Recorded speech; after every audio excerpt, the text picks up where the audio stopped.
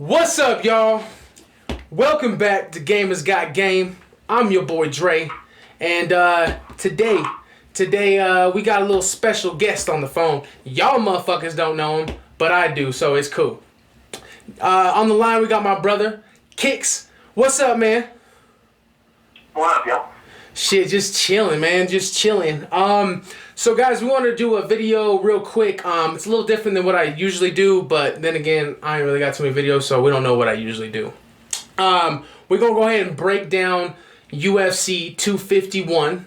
But to tie a little game talk in here, this one's a little special because we got the unveiling of UFC EA4 coming out tomorrow, so that's gonna be a topic in itself. But we're gonna go ahead and combine those two today, and just kind of chop it up a little bit about this shit. So anyway, man, where do you want to start? You want to start with the fight card? Or you want to start with the video game?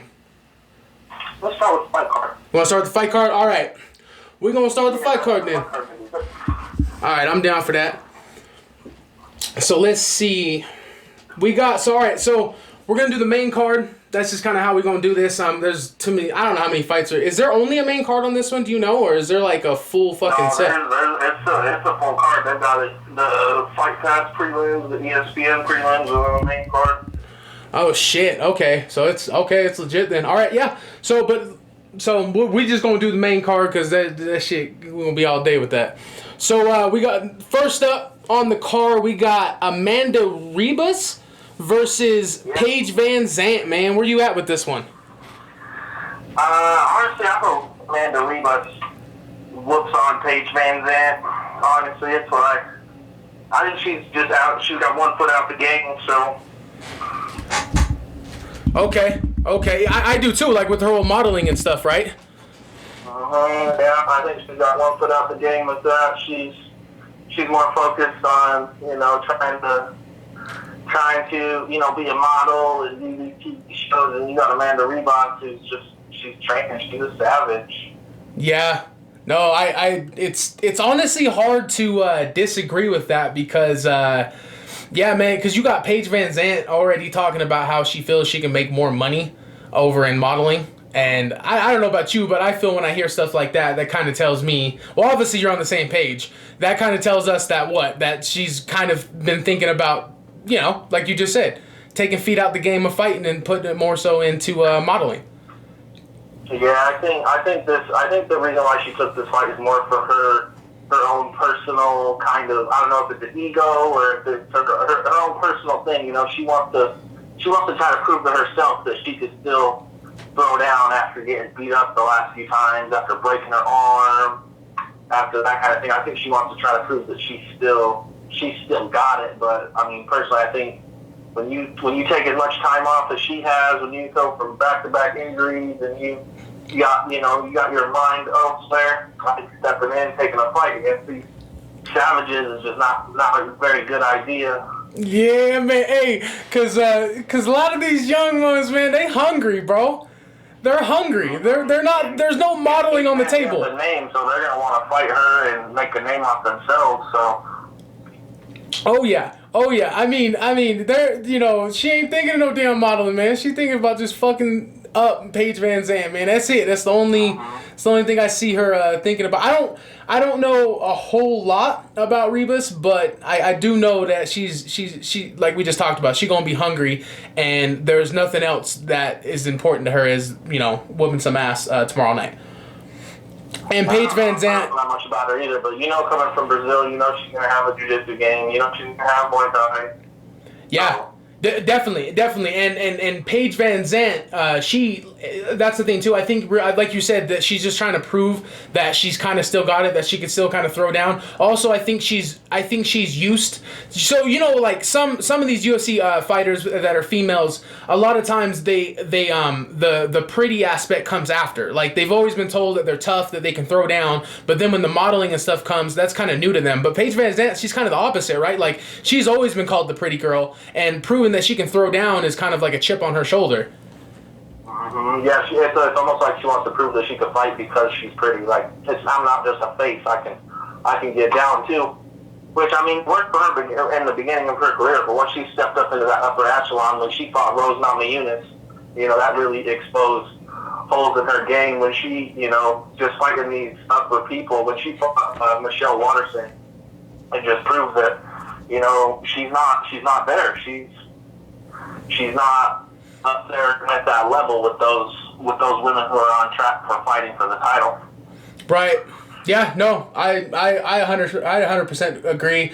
I think that's pretty much it for that fight, because I think that one is, like we said, Paige Van Zandt's trying to prove she can still throw down. I don't see her making a hungry run for the title. Like, I'm not gonna counter out, but I just, if she's not motivated to do it, then I'm not gonna get behind you. Yeah, I see her either losing by submission or losing a decision. Right. Yep. No, I agree on that one. All right, man. Whew. We got a banger right here between Jessica Andrade versus Rose Namajunas. Who you got in that one, man, and why? I got Rose Namajunas in that one. I think she's slicker on the feet. I think she's got a good takedown defense. I think she's got better conditioning. I think her headspace is correct again. So I got Thug Rose in that one. Thug Rose. Hey, I can't even disagree with you in that one, man. Let's be honest, man. Jessica Andrade, she was losing that fight with. She was getting smacked up. She was getting beat up. She was getting punched up. She was getting kicked up.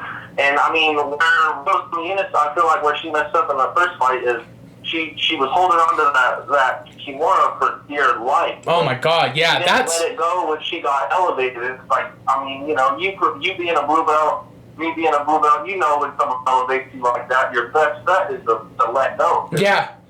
You know, if you come down straight on your dome like that, it's not going to be a good idea. Like, look what happened when Ricardo Arona tried to hold on to that triangle choke against Rampage Jackson. What happened when, you know, Carlos Newton tried to hold on to that triangle choke against Matt Hughes. Like, you get elevated and slammed. It usually never goes well, right? Like, that's just not going to be a good idea. Yeah, no, I agree, man. I think Rose just made one major mistake in that. And like you said, as blue belts, we don't know a whole lot, but we understand when someone starts elevating you and you hold on to a submission, you let go. Because you see that ground and you start to see how far it's getting from where you are, and you start, oh fuck this, and you bail out. I don't know. I've never been personally in the heat of the battle of an event like that, and I don't know what was going through her head, but I can't say for sure, but I can almost guarantee she's not going to make that same mistake again. No, I don't think so. I think she's going to try to stick to her feet. She's going to start just picking her apart like she did the first time. I think that first round will be kind of competitive, where it'll be a filling out process, but I think Jessica Andrade will start to slow down. I think Rose Namajunas is just going to start taking off on her after that. I don't really think we'll see. I don't know if we'll see too much grappling in that. I bet Rose Namajunas is probably going to try to avoid the grappling, and she's going to stick to being on the outside, being the longer fighter, being the slicker puncher, the slicker striker. Yeah. No, I agree. And to be honest with you, I'm not super impressed with Jessica Andrade. I think there was a time where I was kind of behind her, but man, I think she's got so many technical, what's the word I'm looking for? She lacks a lot of technical skill. And she's gotten as far as she has by being just a strong, hard hitter. Yeah, powerhouse. Yep. Hits hard, and she can usually, I know she got slipped, but she can usually take a shot and then give a shot. That's how she got where she is. Well, yeah, and you've seen how that went in her first title defense. You know, against Weili Zhang. She wasn't playing that. That didn't work. You know, like when you start running into those other women who are as strong as you, that's just it doesn't work for you. You need to have the technical skill. Right. Yeah, no, I agree 100%. Like I don't know, man, Jessica Andrade, I see her getting outworked, and this is only 3 rounds. This ain't even a 5-round fight. So Rose Namajunas can really go off and be technical and really throw combinations, and I just think Jessica Andrade's going to be, not only is she smaller, so she's already going to have a hard time getting in, but I don't think she uses enough technical skill and footwork to get in and stay in, and with all that on top of it, even if they were the same size, I just think she would always be a step behind as far as these combinations and striking goes. I think when they get in there and start striking, Rose is going to throw combos, and then Jessica Andrade is going to try and catch her off of those, and she's just going to be too slow. There's going to be nothing there. Yeah, she's gonna, I feel like, like you said, she's going to eat some shots to take some shots. And I think that she's going to start eating some long punches, and she's going to try to throw those big power hooks, but she's just not going to, she won't be able to have the range, because, I mean, you've got Rose Namajunas working with Pat Barry, and he's one of the best strikers in ever. So, yeah. She know how to manage her range well, and then she got Trevor Whitman in her corner. Oh. He's one of the best punchers of all time. So. Yeah, bro, she's got fucking straight studs. Let's Pat Barry, he wasn't always the best at executing, but that motherfucker is a genius when it comes to kickboxing. Yeah, I mean, if you go and watch his kickboxing fights, he's a savage. He's an animal. I mean, I feel like in MMA where he got messed over, he was a too one-sided fighter. He was too, he only had one thing, and that was his striking. When it came to grappling, that dude couldn't grapple, so he was too afraid to really let his hands go, let his kicks go, because if he gets taken down, it's pretty much game over. Yeah, man. It would almost make me sad, too, with Pat Barry, because, Pat Barry is the guy that's like, yo, if you would just let go, I swear, man, motherfuckers would be hurting. I mean, I know he got knocked out by Czech Congo, but when he started letting his hands go, he'll drop dudes that are 265 pounds. Yeah, and that's another thing too. Is what was he, 5'9", 5'10", if that? Yeah, he's like my size, 5'10". Yeah, so it's like seeing him going there with heavyweights, man. It's always crazy to see someone that's not really naturally heavyweight to go in there and throw it down like that. I think people forget about that in some cases. All right. So we got all right, we got Peter Yan. What's his nickname? No, I don't know. No Mercy, no something. Oh, fuck, I can't remember his nickname. It's Peter something Yan. Anyway, we got Peter Yan versus the fucking one of the GOATs of the game, man, a legend, Jose Aldo, man. Jose Aldo looking to get back, man, what he held for a long ass time. I think my question with this one is Aldo, I know it's hard to say because people are like, well, obviously he's fucking motivated. He's been training. Here he is. But is he motivated when the fight gets hard? That's my problem, and that's where I feel he loses these fights as of late. Is the motivation not necessarily to get to the fight, but when the fight gets tough, does Aldo still have that fucking grit in him to continue going? Now, I'm not saying he doesn't, but that's my question with this one. And Peter Yan. Well, yeah, I mean, you're right. That's how he lost against Max Holloway and stuff. How he got into those deep waters. He just stopped. He couldn't dig deeper. He relied solely on his talent, but when his talent ends up meeting those guys who aren't going to back up, are going to breathe, it's hard to rely on them. Yeah. When people are going to be right in his face. And my thing with Peter Yan, man, is I'm not super sold on his technical ability. I'm not sold on the fact that he's going to be able to go what will be 5 rounds and continuously be technical enough and be there enough to not just land, but actually make shit work, Make Aldo think, make him... I just feel Peter Yan is real straightforward, and Aldo, if he uses his Muay Thai like he can, I think Peter Yan's going to have a fucking hard time. Well, I mean, like everybody says, for the first 2 rounds, Aldo's the best fighter in the whole world. Yeah. Yeah. It's for those first 2 rounds, I mean, I know, Conor shut him off before he could really get going, but who knows what that fight would have looked like if Aldo would have, got his rhythm going. And, and then the other thing you have to think about with Aldo, though, is he struggled to make 145, and now he's making 135. He said it was an easier cut, but, I mean, everybody says that, and it's like cutting that extra 10 pounds if he's already as big as he is, he's getting old, So yeah. I was just real quick. I was here. I heard him say. I heard that today when I was watching the Embedded. I heard him say that people don't believe him, but it's easier for him to cut to bantamweight than it was featherweight. And I guess that could just be his preparation. He could be preparing for the weight cut better. So it might be easier, but it's just hard because it's he looked like he was gonna die a couple times making 145. He looked like he was gonna die. Yeah, and like you said, you're right. I think what you hit the nail on the head right there. It could just be his preparation is different to make bantamweight than it is featherweight, and therefore it's just be more effective and less difficult filling.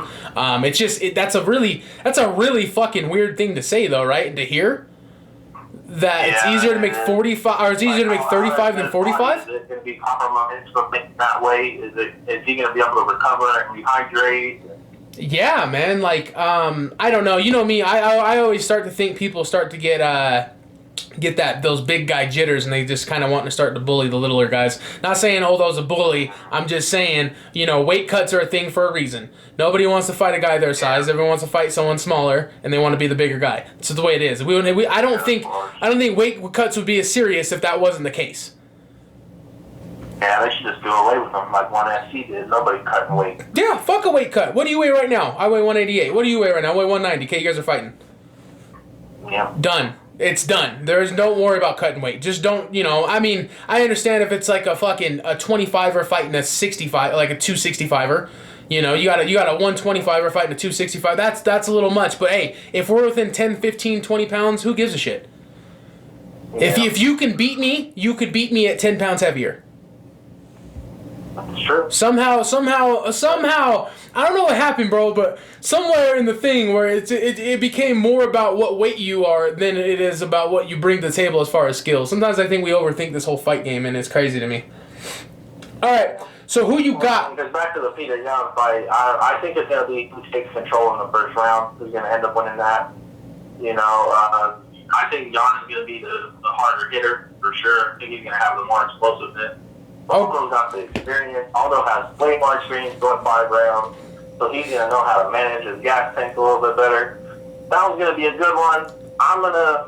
Honestly, I'll just go out on a limb here. Honestly, I'll say Aldo. I'll say Aldo just for the sake of, for argument. I think Aldo will have the experience. I'll say Aldo. Okay. Sorry to disappoint you, brother, but there won't be no argument on my end. I agree with you. I think Aldo's been here too many times. If he says he's hungry and if he fights like he should fight, I think he's going to be able to edge it out over Peter Yan, and I think it'll be a good learning. Against Chad Mendes, if he fights the way he did against Marlon Moraes,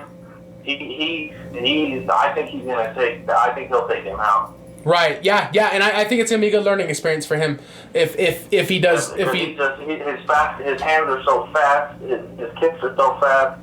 I think if he performs the way that that you see him perform in his training videos and stuff like that, I think he'll edge him. So I'm gonna go ahead and say Aldo on that one. Okay, I agree with you, man. Aldo on that one as well. All right, man. We got the co-main event. We got the rematch between Alexander. What is it? Volkanovski. I can't ever pronounce that motherfucker's name. Yeah, Volkanovski. Yeah. Yep, and Max the Blessed Holloway. Where you at with this one, man? This one's fucking interesting to me. I can't sugarcoat it. It's so interesting on how many different ways this can go. This one's a strange one because their first fight was so unexpected the way it was going to go. First fight, everybody thought that Alex Volkanovski was going to come in and start trying to throw big bombs and start trying to knock him out like he did with Mendes, and he didn't. He stayed on the outside. He kind of point fighted. He point fighted like a taekwondo fighter, like a karate fighter, and I think that just really threw off Max Holloway's game. I think Max Holloway was expecting him to come in more, engage more, so he could throw those long strikes, those long punches. He could make it more of his style of a scrap, but Alex kind of changed that up on him, and it threw off the whole game. So yeah, man. Because when Max Holloway is on, he's on. That dude is probably the best 145er in the world when he's on. So. Jesus, yeah. That one's going to be a super interesting one. Yeah, man. It's this one's super interesting. It intrigues me for a couple reasons. I think the main thing I have is that man, Volka, That some bitch is smart, man. Him and his camp, they're fucking smart. We obviously know he's got Izzy over there in that camp. He's got what they got? Is that Dan Hooker too? Yep. So they got some savages in that gym, but it's not just the fact they're savages, man. They're all smart. They understood that everyone made fun of him for point fighting. At least Holloway, we didn't, but Holloway and them, oh, he was just point fighting, didn't hurt me. They understand. That's why in the embedded they were doing those things where it's like, okay, kick one, kick two, kick two. We're just working point fighting, guys. We don't care about nothing. They understand. They know. Did you notice that in the embedded, Alex Volkanovski, he's wearing a shin guard on his right leg. He's kicking with both legs. Do you think he's got like some sort of damage in his foot or some sort of like damage in that right leg? Maybe like a small cut on that shin or some kind of like old staph infection or something like that. I didn't see that. I didn't catch that. So that's a good fucking eye. I didn't catch that. But would you now? And this might sound like smart ass, but do you think it has anything to do with his dumb ass kicking that stick pole that they showed in the countdown? That's what I'm wondering. If he had that on for an injury, he's trying to nurse it before the fight. Yeah. Because if you go back and watch that embedded when he's kicking pads and he's doing that little game that you're talking about. Right. He's got a shin guard on his right leg and not on his left leg. He's kicking with both legs, but to me it kind of looks like he's babying that right leg a little bit, and it makes me wonder if he's got an injury in his foot or an injury in his leg. Shit, man. Yeah, I didn't. Not something as bad as like a staph infection or something. That's why he's covering it up. So. Right. Man. It just makes me wonder what's going on with that. Yeah, no, I didn't catch that shit, man. That's crazy to think about if something is going on with that. And because his kicks were his bread and butter in that first fight. I mean, Holloway stays so heavy on his legs that they're there all day. And that's kind of what brings me into the next segues into the next thing is the fact that. Do you think Aldo took, or not Aldo, sorry, do you think Max Holloway took this serious enough to make adjustments? Now I know he's a professional, and he's in his camp. They're obviously smart. They've gotten to where they are for a reason. But I think Alexander brought up a good point, and Holloway feels he won the first fight. So does that kind of negate the fact that he feels he needs to make those major adjustments, or do you think he can go in there with the same type of style, the same type of game plan, and actually pull it out this time? I think he could. I feel like that's just like a reigning champion thing to say. When a reigning champion loses a fight due to a decision, that's they just feel that way. Now whether he made the adjustments or not, that'll be shown tomorrow night when they actually get in there and they get down. Right. I think if Holloway just makes a couple slight adjustments, he'll smoke that dude in that fight. I think if he makes those adjustments, he needs, like, if he checks kicks, if he stays a little bit lighter on that front leg, so he can be a little bit more elusive. Yeah. I think that he'll be able to just start taking off on it. He's got the length. He's got the range. I think he has better striking just from what he showed. Like, I think Max Holloway has better striking. And I'd be curious to see what happens if they go to the mat as something, because I think Max Holloway has better jiu-jitsu. Right. That one's from what I know, I mean, there might be people that watch this and they've seen, they've really studied Alexander. There's people that have studied that shit more than I'm sure we have, but maybe they've seen more of his ground game. I haven't seen anything that stands out to me in his ground game. And that goes both ways. I haven't seen anything that stands out that he needs to work on it heavily, or that it's primo. I don't know. To me, his ground game is it's actually it's a mystery to me. It's yet to be tested. Yeah, and we know what Holloway can offer on that ground. So man, I think Aldo's got more weapons Holloway's got more weapons if he decides to use those weapons. And I think that's the big question is, will Holloway use everything he has in his arsenal? I think he needs to, otherwise it'll be the same kind of fight. Yep. I think everybody's going to expect fireworks from this fight, but I think it'll play out similar to the first fight, but I think there will be a little bit more action just because I think Holloway's going to be trying to push a little bit more this time. He's going to be trying to put forward. He's going to be trying to, back home against the cage, start trying to hit him. I think it's going to be a lot of hands, but We'll see how it goes. So 2 things then, real fast. I'm gonna go ahead and say Holloway. You're gonna say Holloway? Because I have to ask you real quick, though. I have to ask you real fast. Before we end on that one, who did you have in that first fight? I know the judges are the final say, and the fight is the fight. It went how it went. But who did you have in that fight? It was so hard. It was so hard to kind of score that one. Because, the very first time I watched it, I thought Holloway won. But then when I watched it again a couple days ago, you know what? You kind of step back, now that the hype has died down, you could see how Volkanovski won. I think it's just, the more times you watch it, you can argue both sides. And I feel like that's what makes it so hard in those fights that are as close as that. It's so hard to, pick one guy or the other one, because there's a lot of fights that you watch and you're like, man, that was a close fight. And then you watch it a couple days later after the hype died down and you're like, what? Like, no, that was not close at all. But, that's not one of them. That's a fight where you can watch that fight 10 times and all 10 times you're like, man, yeah. What?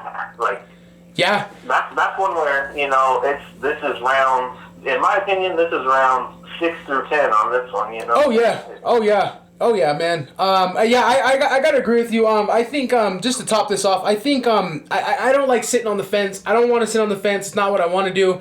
But I think Max Holloway can edge this out if he makes the right adjustments. But if he goes in there thinking that I should have got it done the first time, I did get it done the first time, I'm going there the exact same way, I think Volkanovski walks out the champ again. All right. Woo! All right, moving on to the final, the main event. The motherfucking champ, Kamaru Usman, the Nigerian Nightmare, versus Jorge Gamebred Masvidal. Man, who we got? And kind of, how do you feel? How do you feel about this fight? Masvidal, Gamebred on that one. You got Gamebred on this one. Okay. Mm-hmm. All right. Tell us why, man. Because this was a short notice fight for those who don't know. What was it? 8 days notice. And 8 days notice. You go ahead. I want you to go ahead and talk on that because there's a couple weird things. A lot of people think. Some people seem to think Jorge Masvidal was just sitting on his ass and then woke up off the couch and decided to fight in 8 days notice. That's not the fucking case, obviously. But you go ahead and you tell me what you think about this. When you've been in the game for as long as Masvidal has, you don't sit on the couch. You know that opportunity is always. Was he training for a fight camp? Probably not. Like you said, he wasn't really training for a camp. He was doing sprints on the beach. He was doing bag workouts. And he was helping Dustin Poirier get ready for Dan Hooker. Right. That's a big one too. It's not like he's gonna be. It's not like he's gonna be, out of shape. I think what this is, you got Masvidal who has ridiculous takedown defense. You don't really see him getting taken down. Trained a lot of his career with fucking Colby Covington. Not striking that's just nasty. Yeah. Because he trained with Colby Covington, so that's on there. He has that. He's been through the ringer.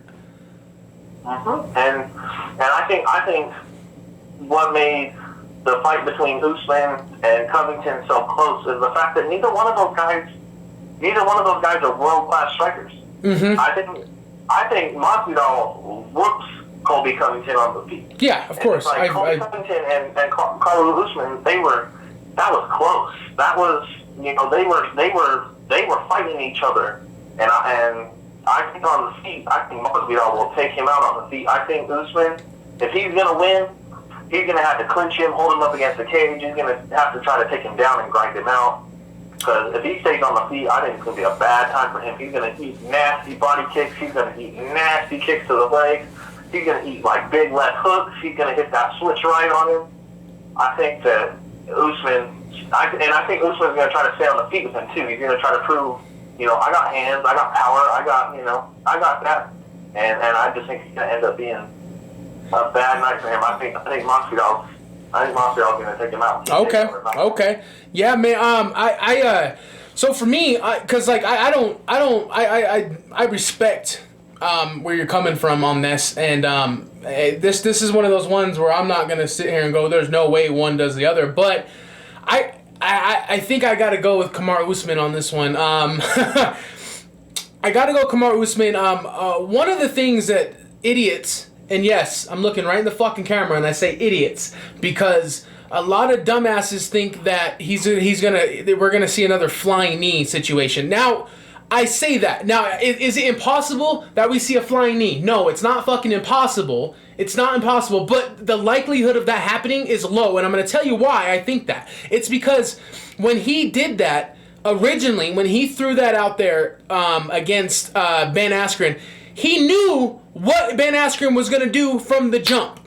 I knew what Ben Askren was going to do because he's done the same goddamn thing in all his fights. And here's the thing, and it's crazy to me because is what separates it is because you got someone as simple as like Damian Maia.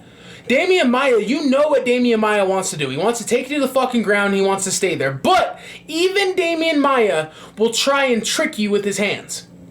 He'll try to at least throw some hands. Pattern punches to try to grab you and pull guard or grab you and throw a jiu-jitsu takedown. Because, yeah, Damian Maia wants to take your back and hit you with a rear naked choke. Yeah, Ben Askren did none of that. Ben Askren would literally come in with his fucking head down and run across with his hands dragging on the floor, and not hoping in his head, like, I'm just going straight to takedown. And the guy across from him can fucking see him coming. The dude's not throwing any punches. He's not going to throw any shots at you. He's just going to go straight in for the takedown. There's no question about it. And Masvidal fucking knew it. And Masvidal's probably sitting there thinking, why has nobody fucking throw a flying knee at this dude's face?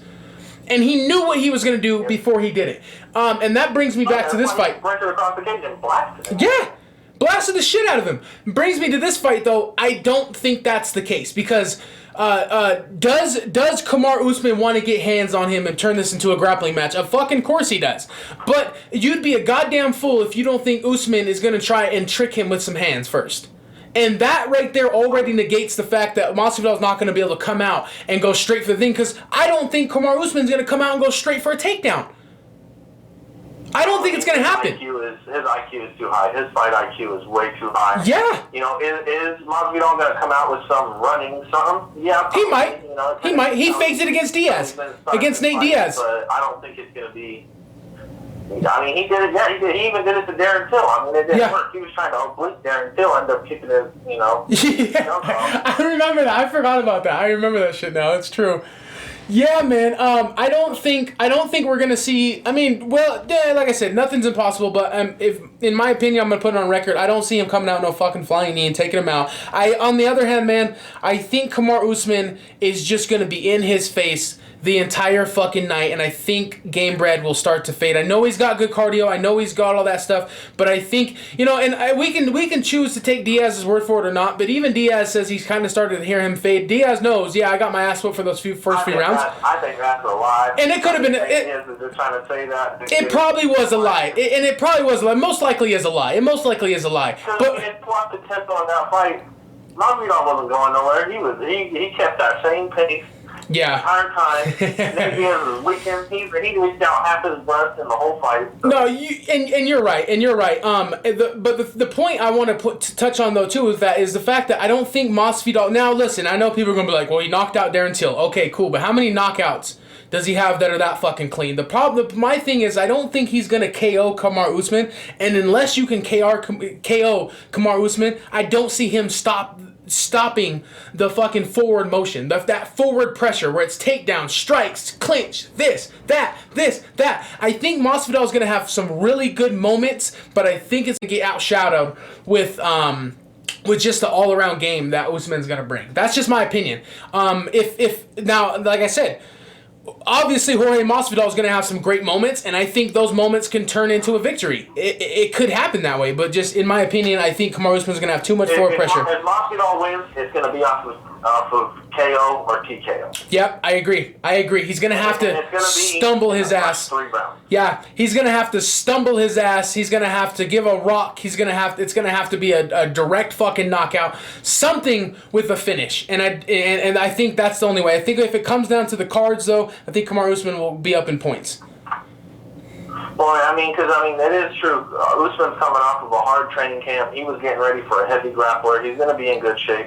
So, Usman will probably have the cardio. I think he will, but I think that Masvidal will have the skills to, you know, kick him in the body some hard times. Because it's like, you know, when you get hit in the body hard like that saps your energy. That saps your cardio. I mean, but then on the other hand, is it going to be a good idea to kick Usman That is yet to be determined.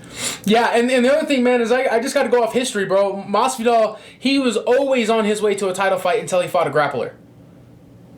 Yeah. He was always on his way up there, and then he'd fight a grappler, and then he just couldn't finish the job. It was kind of similar to who am I thinking of? Who am I thinking of? I don't know. I know. I can't even think of his name right now. Carlos Condit. I'm thinking of Carlos Condit. Carlos Condit was the same way. Carlos Condit was always on his way to a title fight until he fought a grappler, and then he couldn't get up. He would always try to work from the ground and score points, but it just wasn't enough, and he would end up losing in the points. I think that's kind of where Masvidal is, man. He kind of reminds me a little bit of Carlos Condit. He can go in there. I'm not comparing their skills. I'm just comparing their history as far as career goes. They've always been right there, but there's always been that strong grappler or full MMA fighter that's kind of just put the brakes on that train. So, and I kind of possibly see that happening again. But we'll see what happens. Everyone's sold that fucking Masvidal is a totally different fighter. I think he's the same fighter. I just think he's got more recognition now, and he had that one big-ass win, and then he's had more to follow. But, I mean, he beat Diaz. He beat Askren. He beat... whatchamacallit? Yeah, exactly. But with those, even with that being said... Yeah, he did. He's worked a couple. He's worked on a few. But yeah, and I 100% agree with you. But those top 2 or 3, he always seems to really to stumble on. So we'll see what happens, man. Fucking MMA math, right? So who the hell knows? All right, man. That's gonna be it, y'all, for the UFC 251 breakdown. It's not even. It was kind of a breakdown, more just our predictions, kind of what we think with our opinions. What the fuck do we know, though, right? Real quick, man, we got the EA UFC4 unveiling tomorrow. Just real quick thoughts. This video is already fucking almost 40 minutes, so just real quick thoughts on just kind of what you expect tomorrow or kind of what you want from it. I know neither one of us are really like professional fucking UFC players. We enjoy the game, but you know we're not top 10,000 or anything like that. So, but there's probably I hope that they take out the kind of cheat codes. And what I mean by cheat codes is when you're able to just slide your finger across the 2 striking buttons, boom, boom, boom, boom, and you throw so many strikes. There's no way to counter it. You know, when you talked about it in one of your previous videos where when you take someone down, you just smash them with elbows, and there's nothing you can do. I mean, yeah. I hope that what they do is they go back to more of that THQ UFC3 grappling, because I feel like that grappling was the best grappling in any video game there was. And I hope they kind of go back to the striking from like UFC 2, the EA UFC 2. If they could mix those together, man, that was back. That was back when you actually had to set up a fucking combo, man. That was back when you actually had to put square and you had to be square for the jab, and then you had to square triangle. But it just came off like it was 2 separate punches, and not Mortal Kombat where it's square, triangle, and it throws this ridiculous, crazy. And like you said, you can literally just glide your fingers across the fucking paddle and throw super crazy combos. Like a cheat code. It is like a cheat code. You can't do anything about it. Yeah, that's the most fucking ridiculous thing, and I can't tell you how many people are at the top of that UFC game right now, winning fights just because of that stupid ass fucking that one stupid ass change in the striking where you can just flick your fucking square triangle, and it throws the craziest. It doesn't even matter if you're fucking Mark Hunt. You can throw combos like you're Jose Aldo. It's fucking crazy, and it needs to be adjusted. The other thing I feel like they need to, hopefully, that they change is that, all these fighters with all these different stats and styles and stuff, like, you could take a grappler like Damian Maia and you could do those little cheat codes, and all of a sudden he's the best striker in the entire game. Yeah. Like, if make it more realistic, if you got Damian Maia, his ground game is better be sick, but then his striking, he's not the best striker. He gets slept on his feet. Yeah. But, I mean, if you're Conor McGregor, if you start throwing that heavy left hand, it's gonna rock. Like, yeah, you're gonna. They make some change ups for that. I do too, man. I do too. There's so much. There's so much that I think we can go all day with the shit that needs to be changed in that game. But to kind of, what do you expect to see tomorrow, though? Because obviously we're not going to see any major gameplay. We're not going to. We're not going to see. What do you think? I'm thinking a quick. I'm thinking a quick 15, maybe 30-second, a minute snippet if we're fucking lucky. I'm thinking maybe 15 to 30 seconds. I think it'll be that. It'll be a lot of punch slipping and punches connecting and kicks connecting. Yeah. I think it'll be, you know, let me tell you, this is a couple more weeks before we see any actual gameplay. Yeah, that's where I'm at right now. So anyone expecting to see something fucking crazy and something major from this game tomorrow from the unveiling, it's not gonna happen. Don't get your hopes up. And the unveiling is gonna be maybe a minute and a half. It'll be maybe 90 seconds. I think that's if we're lucky. I think if we're lucky, they you know what? To be honest with you, I'm expecting it to be in the middle of some commercials, or maybe at the end of going into some commercials, or transitioning to the next fight. They're gonna make a little bit of announcement and be like, "Here you guys go. We're gonna show you the unveiling." Oh, for sure. It'll be a commercial on ESPN. That way, you know, the world eye see it instead of being on the pay-per-view. Yeah, bro. And they'll show it again on the pay-per-view, you know, like you said, in between the fights. Yeah. And so I'm going to say real quick, this is what I hope to see from them. I hope to see something that I've been waiting for a long time, and it's something small, but it's something that would make a big difference, and it's something that you can throw in there, and you could throw this into a 30-second snippet, and it would be just fine. You could throw this into a 30-second clip and it will work. And that's an entrance. I want to see fucking full-blown entrances. I want to see them walking, even if it was like a couple seconds from the back, and then it has them come out. I want to see full-blown fucking entrances, man. I feel it's a big deal. I know some people are thinking it's something small, but to me, when you're in career mode, or when you're fighting someone, and the entrance is what sets the tone to that shit. There's a reason why we have entrances in real life. And WWE games have always nailed that. They've always fucking nailed that, with a hammer, man. Like, they've always been on point with that shit. Entrances have always been a big part of those games, and I think it sets the tone. You know, this whole random-ass song, like, I understand it takes time to get copyrights with music and shit like that, but, man, pick a song that they've used before, at least, and really make them feel like someone's coming out. You know what I'm saying, though? I don't want no generic-ass bullshit where they start halfway down the ramp, and it takes a lot out of it, and I tend to skip entrances because of it. And I think if you show them coming from the back, like, bro, I think it would be super sick if homie's like just sitting there shaking out his arms or something, or maybe they're hitting pads and be like, you ready to go? Yep. All right, cool. You get 3, 2, 1, boom, hits out the locker room, and then it kind of starts. You're following, the cameras are following him. He's walking out, hits the entrance, and then it gets loud. You know what I'm saying, though? And then you hear the crowd, and then the music's going. I just think I think that's something you can put in a small clip, and I think it would give us something to fucking talk about, because gameplay and all these other things, I don't think we're going to get a chance to see that right now. Oh, see, what you just described is probably going to be the whole unveil. It'll be like Khabib, or it'll be Conor McGregor kind of sitting back there, and they're going to walk out to the thing, and they're going to throw some punches and do some weaves, and then boom, that'll be it. That'll be the unveil. Right.